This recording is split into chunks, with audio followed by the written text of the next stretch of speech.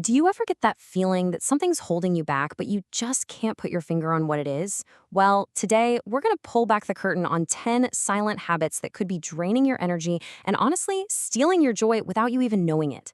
So get ready because what you're about to hear might just change, well, everything.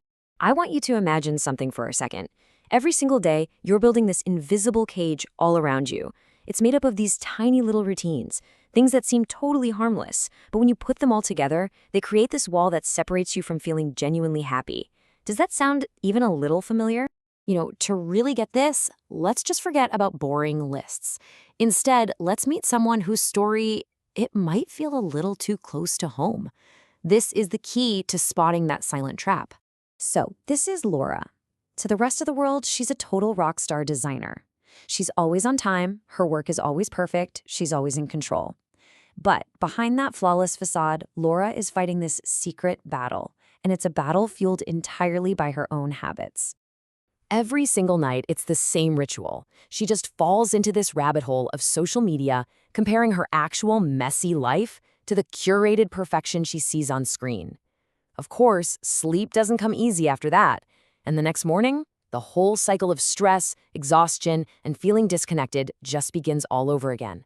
See, she's trapped, and she doesn't even realize she built the cage herself.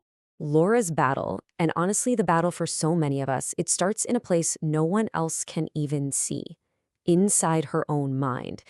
And that's exactly where we need to start if we're ever going to dismantle this thing. So think of these as the four walls of that mental cage. You've got that nagging inner critic that just never shuts up, right? Then there's the habit of just pushing down difficult feelings, living without a clear why to get you out of bed. And of course, the black hole of social media comparison. Each one adds another bar to the cage. And this is where it gets really shocking.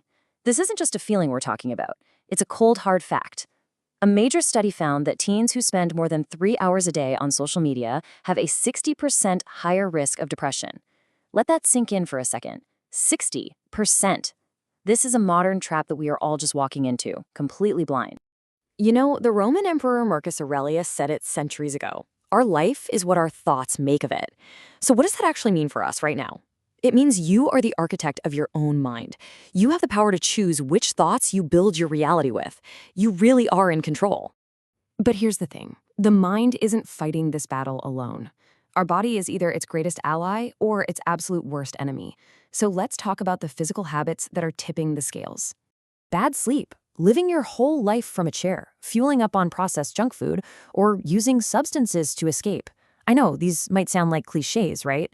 But their effect on your mental health is absolutely devastating. They're like these tiny little energy leaks that, over time, leave you feeling completely and totally drained. And get this, did you know your gut is basically your second brain? No, it's true. A staggering 90% of your body's serotonin, that's the happiness chemical we're all after, is produced right there in your gut. So what you eat, it isn't just about your body. It directly dictates your mood. The Stoic philosopher Epictetus was so far ahead of his time on this. He knew that taking care of your body and taking care of your mind, they're the same thing. They're totally inseparable. If you neglect one, you are actively sabotaging the other. It's so simple, but incredibly powerful. Okay, and now for the final piece of the puzzle, connection. This is all about how we relate to other people and, maybe more importantly, how we relate to ourselves. Pushing people away and believing you have to handle absolutely everything on your own? I mean, does that sound like strength to you? It's not. It's a form of self-sabotage that cuts us off from the one resource we need the most, each other. Now, you really need to pay close attention to this number.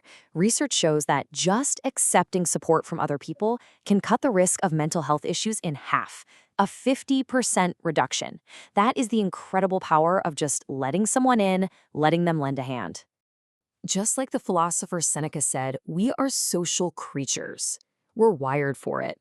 Believing you don't need anyone else is like believing you don't need air to breathe. It just goes against our very nature.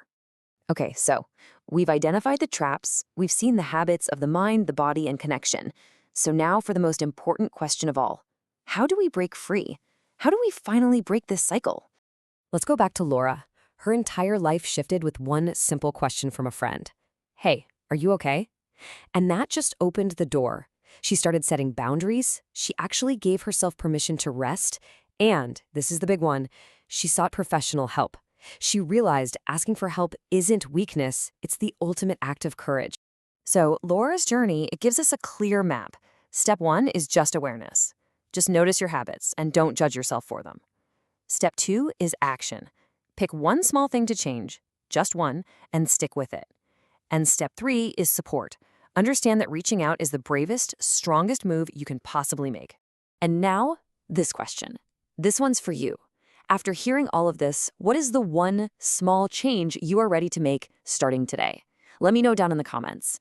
Because that first tiny step, as small as it feels, that's where the whole journey begins. I'll be reading them.